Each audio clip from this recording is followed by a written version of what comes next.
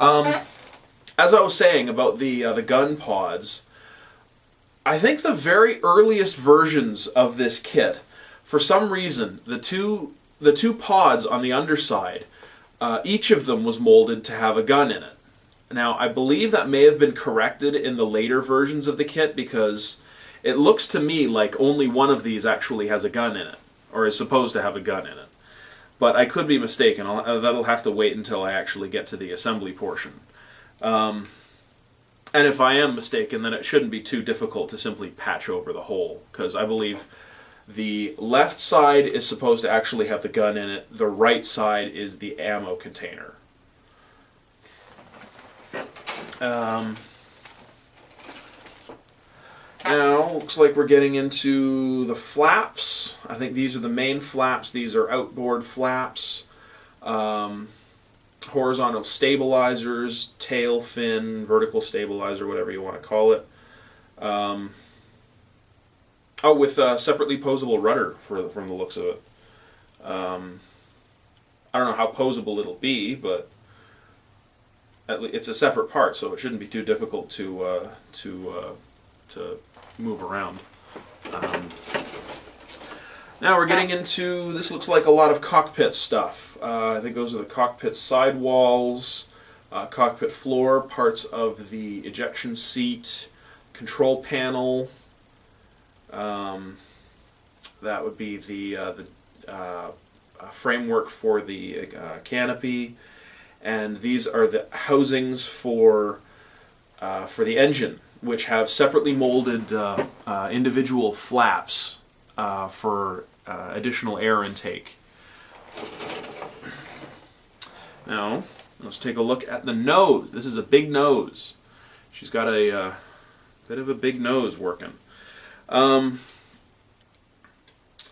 The reason why it's molded separately is because obviously there's numerous different versions of the Harrier out there. There's the the standard Harrier 2, there's the Night Attack Harrier, there's versions equipped with radar, which would have a longer nose even than this one.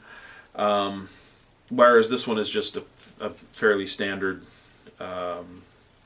just with I think just a camera sensor in the nose. Nicely tooled. Nothing too fancy about it. I'm a little disappointed though. You might not be able to see them, but there's molded rungs for the boarding ladder that there's no option to display them as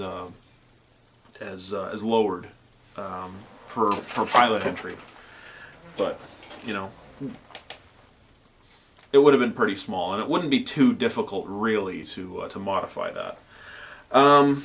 I'm not sure what I've got here. I think there's a lot of landing gear parts. I think this is probably the nose gear and the nose wheel strut, main landing gear, struts for the outboard landing gear, gear boxes, some other odds and ends, stuff I can't quite identify.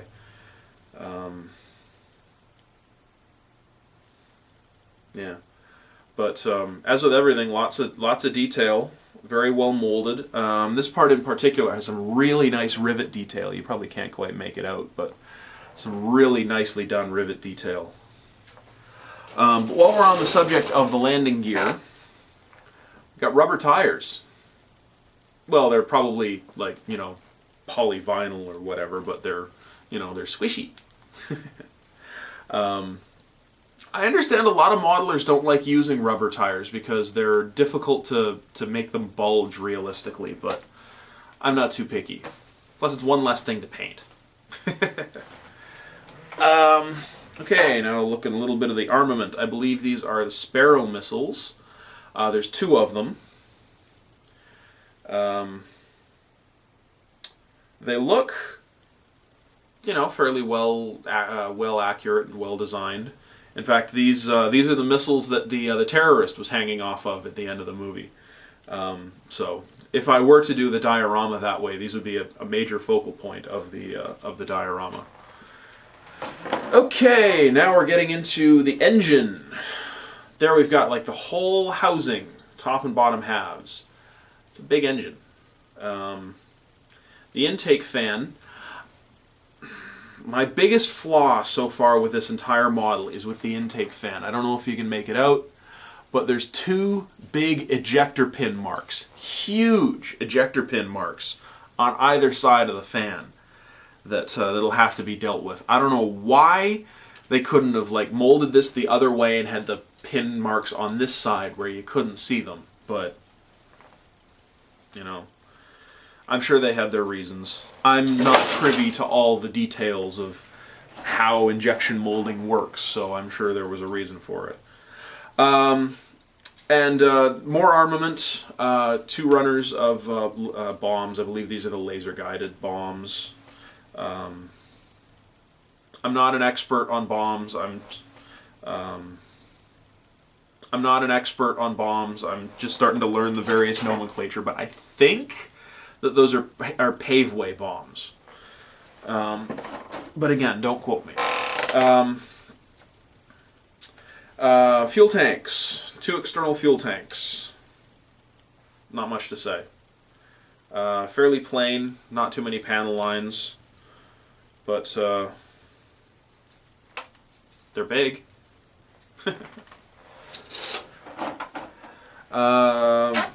More rails and supports for more armament. We see clamps or sway braces or whatever they're called, and rails and clamps and more sway braces, etc., etc. A curious thing that I read in the review of this kit on an issue of Fine Scale Modeler was that there's not actually any rails for the missiles, which is a bit of a glaring oversight. But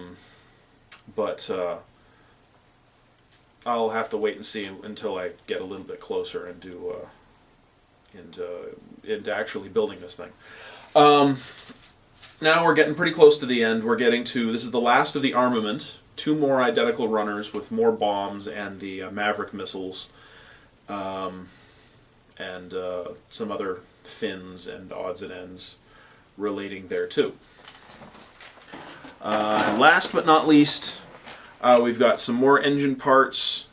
These are all the engine exhausts with some fins. I believe this is some kind of actuator to allow all the engine pivot outputs, nozzles to pivot in unison. And the rest of the odds and ends I can't really identify. So that's all there is to say about that. Now, I'm not going to be doing this kit as my build-up project for my tutorial series, as much as I'd like to. No, this is going to be something I'm going to be sitting on for quite a while, because I've got a bit of a stash to clear out first.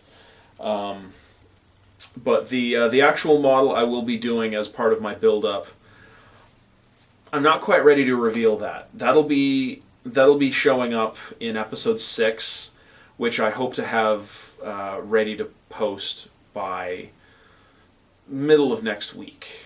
I'm counting on like maybe Wednesday or Tuesday or so of next week. But I do have a kit set aside. I do have a bit of a plan in mind. So right now, like I said before, I'm working on getting episode 5 out, which should be tomorrow. And then episode 6 will be the actual build-up process beginning, which will start with strategizing the build, reading the instructions, and kind of breaking down what the kit comes with. Kind of like what we just did with this, but being a little more specific to understand where to begin and what methods to use to follow through for the rest of the build. So that's pretty much all I've got to say about that. If any of you follow me on Twitter, you may have noticed that I've kind of been advertising my blog, which I've recently reopened. There's not much there yet, which is kind of why I closed it in the first place. But I'm going to start posting all my build-ups there, as well as on eScale models. And there will be a link down below so you can check it out. And I will post updates there as well as on Twitter. So my blog, which is faceforwardmedia.blogspot.com, or my Twitter, which is @faceforward1. So you can check me out on either of those places, or just look me up on escalemodels.com. So to everyone out there, thanks for watching, and happy modeling.